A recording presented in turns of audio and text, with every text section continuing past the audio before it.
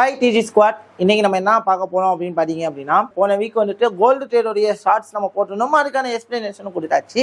அதோடைய continuation serious இன்னொரு gold trade எடுத்தோம். கிட்டத்தட்ட $50 ரிஸ்க் வச்சு தான் நான் அந்த ட்ரேட் எடுத்தேன். ஏன் அப்படின்னா ஆடிஎஸ்டியில் ஒரு $100 நான் லாஸ் பண்ணிட்டேன். பிகாஸ் ஆஃப் எனக்கு ஸ்டாப் லாஸ் அடிச்சிச்சு. பட் நோ வரிஸ், அதை நான் ரெக்கவரும் பண்ணிட்டேன். பட் இந்த ட்ரேட் வந்துட்டு நான் எப்படி எடுத்தேன்னு தான் சொல்ல போகிறேன். ப்ரோ, லாஸ் ஆன ட்ரேட் சொல்ல மாட்டீங்கன்னா கண்டிப்பாக இந்த லாஸ் ஆன ட்ரேடுக்கு நெக்ஸ்ட் வீடியோ போடுவோம். ஆக்சுவலி பார்த்தீங்க அப்படின்னா, போன வீக் நான் ஒரு $300 ப்ராஃபிட் பண்ணியிருந்தேன் அப்படின்னு சொன்னேன். கிட்டத்தட்ட $314 வித்ட்ராவலும் எடுத்துருக்கேன். ஸோ அதுக்கான வித்ட்ராவல் ப்ரூஃப், அதாவது நான் வீக்லி ஸ்டேட்மெண்ட் தான் வச்சிருக்கேன், ஒன்றுமே இல்லை. ஸோ வித்ட்ராவலோட ப்ரூஃபை நான் காமிச்சிருக்கேன். பிகாஸ் ஆஃப் என்னோட கேபிட்டல் என்ன அப்படின்னு பார்த்தீங்கன்னா $10,000. சரிங்களா? அதாவது நியர் தென் 9 lakhs கிட்ட கேபிட்டல் வச்சுருங்க. அதில் எனக்கு ஒரு 3% கிட்ட போன வீக் நான் ப்ராஃபிட் பண்ணேன். எனக்கு தெரிஞ்சு இந்த மாதிரி வித்ட்ராவல் எடுத்தங்கிற சொல்லியிருக்காங்களா என்னன்னு தெரியல இண்டஸ்ட்ரியில். பட் நான் நம்மளோட லெஜிட்டான ஃபாலோவர்ஸுக்கு நான் முடிஞ்ச அளவுக்கு என்னென்னலாம் பண்ணுறோமோ அதை அப்டேட் பண்ணிக்கிட்டே தான் இருக்க போகிறோம். நான் எடுத்த கோல்டு ட்ரேட் பார்த்தீங்க அப்படின்னா $153 ப்ராஃபிட் பண்ணிங்க. நான் ரியல் ட்ரேட் எடுத்தது 153.22 போட்டிருக்கு. அப்படி தெரியல அப்படின்னா நான் இங்கே அட்டாச் பண்ணேன். இது என்னோட ரியல் அக்கௌண்ட் தான். ஸோ பார்த்தீங்கன்னா உங்களுக்கு தெரியும். ஸோ அது போட்டு ஓகேங்களா. ஸோ இதுக்கான ப்ரூஃப் ஆஃப் எவிடன்ஸ் என்னோட அக்கௌண்ட்டோட கேபிட்டல் இதுதான். அதில் 3%ங்கிறப்போ 314. ஸோ அதில் நான் வித்ட்ராவல் ப்ரூஃபுமே இதை எடுத்து போடுறேன். இந்த ட்ரேட் நான் எப்படி பண்ணேன் அப்படிங்கன்னா, இது ஒரு எஜுகேஷன் சீரியஸாக நம்ம கொண்டு வரணுங்கிறதுக்காக தான் இந்த சீரியஸை நம்ம அப்டேட் பண்ணிட்டு இருக்கோம். டேஜினியஸ் க்ரூலுமே அப்டேட் கொடுத்துருந்தாங்க. ஸோ இது எப்படி நம்ம ட்ரேட் எடுத்தோம் அப்படிங்கிற பார்க்க முடியும். ஸோ ஆக்சுவலி இது ஃபுல்லாகவே ஒரு எஜுகேஷ்னல் தான். ஓகேவா? நான் பண்ணதுல எப்படி நடந்திருக்கு அப்படிங்கிறது, அதேமாதிரி லாஸ்ட்டுக்கான வீடியோவும் கண்டிப்பாக நான் பண்ணுறேன்.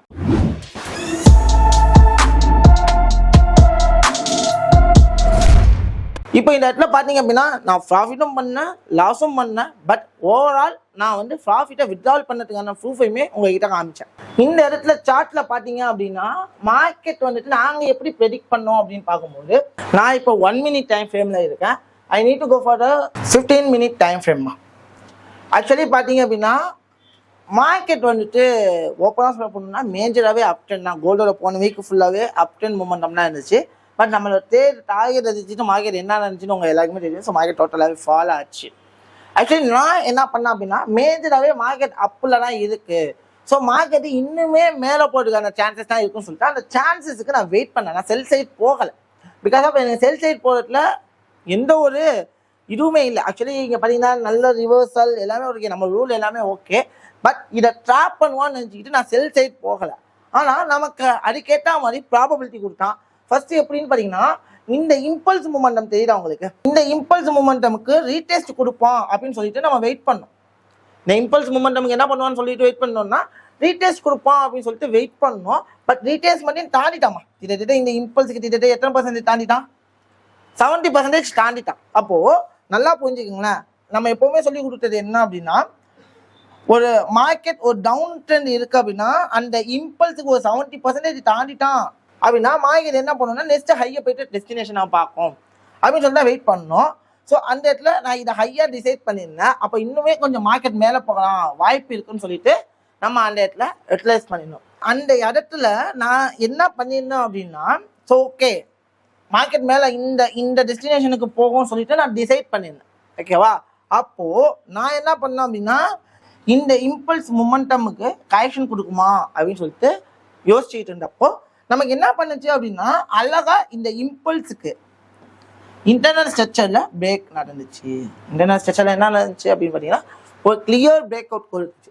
கிளியர் பிரேக் அவுட் கொடுத்ததுக்கு அப்புறமே மார்க்கெட் என்ன இருக்குது அப்படின்னா, என்ன இருக்குது கீழே வரதுக்கு வாய்ப்பு இருக்குது. ஆனால் எதுக்காக அப்படின்னா, swing low to swing haiku ப்ராப்பரான கரெக்ஷன் எடுத்துக்கு வாய்ப்பு இருக்குது. அப்போ என்ன பண்ணுவோம் அப்படின்னா, 5 minute டைம் ஃப்ரேம் போகிறேன். அந்த இடத்த பார்க்கும்போது நான் ஸ்விங் லோலேருந்து ஸ்விங் ஹைக்கு என்ன பண்ணுறேன் அப்படின்னா, கரெக்ஷன் செக் பண்ணுறோமா.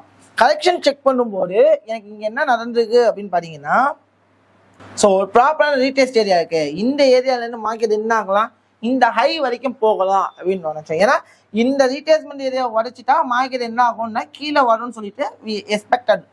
ஆனால் நல்லா யோசிக்கணும், நாங்கள் பண்ணது என்ன அப்படின்னா, இந்த இடத்துல மார்க்கெட்டோட கோல்டில் எப்போவுமே நான் செல் போகாமல் பை போகிறதுக்கான ப்ராபபிலிட்டி பார்ப்பேன்.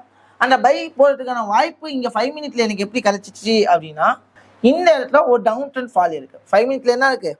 டவுன் ட்ரெண்ட் ஃபால் இருக்குது. அப்போ டவுன் ட்ரெண்ட் ஸ்ட்ரக்சரோடைய ஹை எதுன்னா, இதுனா என்னுடைய ஹை ஏரியா. ஓகேங்களா?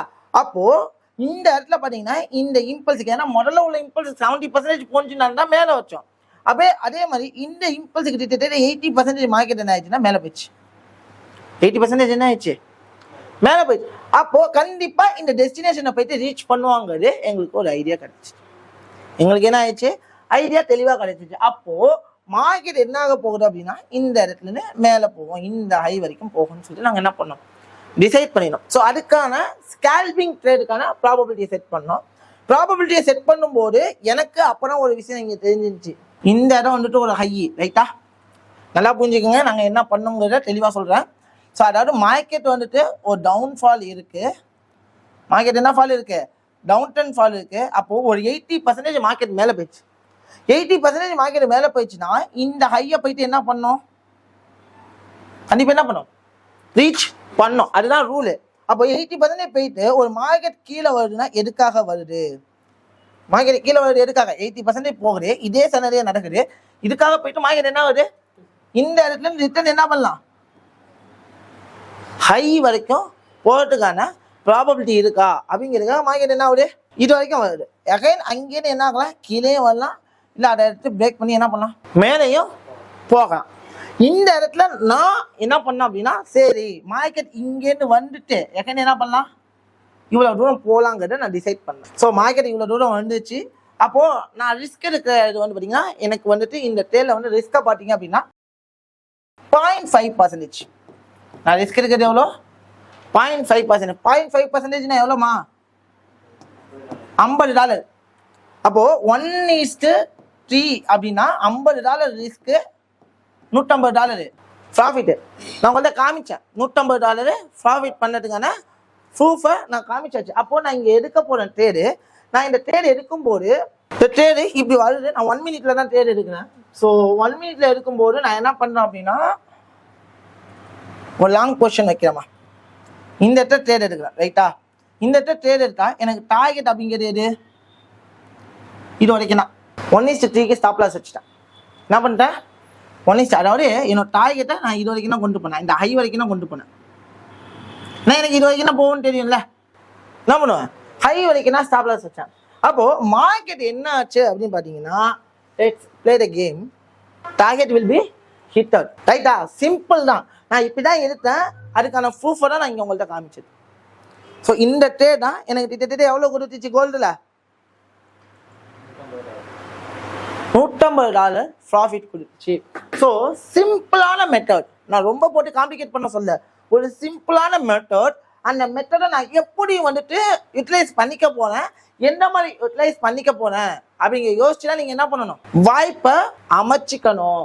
அப்போது ஒரு இடத்துல இதுதான் தெரிஞ்சு உடனே சொல்லலாம், ப்ரோ இந்த ஹையை உடைச்சிட்டானா மார்க்கெட் மேலே போகும்னு சொல்லுவீங்களே, அப்போ என்ன பண்ணுவீங்க, என்ன பண்ணுவோம், மேலே போட்டு வெயிட் பண்ணுவோம். ஆனால் இங்கே போயிட்டு ட்ரேட் எடுப்போமா, as per the trade genius ரூலில் கிடையாது. என்ன பண்ணுவோம், இந்த ஹைக்கு போயிடுச்சு, கண்டிப்பாக என்ன பண்ணணும், கரெக்ஷனுக்கு வந்தாலும் என்ன பண்ணுவோம், லெட்ஸ் மேக் தட் ட்ரேட், ரைட்டா? எல்லாத்தையும் ஏன்னா நம்ம பைக்காக வெயிட் பண்ணோம், ஆப்பர்ச்சுனிட்டி பைக்காக வெயிட் பண்ணோம். இந்த இடத்துல ஏதாவது ஒரு பை ஆப்பர்ச்சுனிட்டி கொடுத்தானா, ஆனால் இன்னைக்கு கேண்டில் பட்டெல்லாம் ஓடக்கூடாது. நான் சொல்லியிருக்கேன், வெறும் கேண்டில் பட்டு என்ன பண்ணக்கூடாது, ஓடக்கூடாது. ஸோ நமக்கு தேவையான இடம் இன்டர்னலாக என்ன நடக்கணும், சக்சஸ் ஷிஃப்ட் நடக்கணும்.